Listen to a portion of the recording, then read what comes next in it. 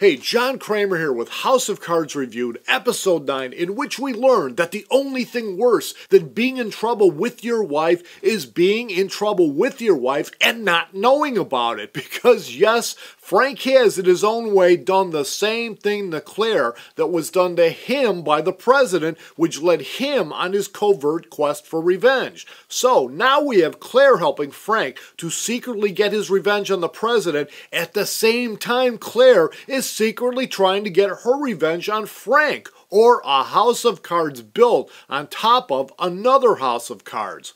Now, Frank is definitely a wounded animal, complete with a bandage on his hand, and his marriage is just as broken as the cereal bowl he throws when he has to admit to her that he can't deliver on his promises. And yes, the writers on House of Cards are really into symbolism these days. Or did I miss anything?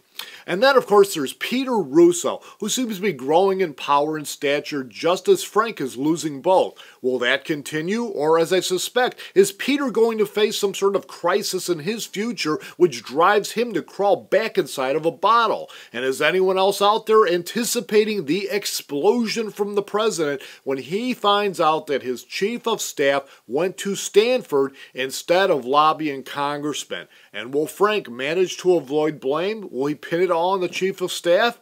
With only 4 episodes left in the season, Frank seems so far to have done more harm to himself and his reputation than to the president, leaving me very curious about how the writers are going to tie all this up. So, I'll see you back here tomorrow for my take on episode 10, and don't forget to subscribe, leave a comment, and give the video a big thumbs up.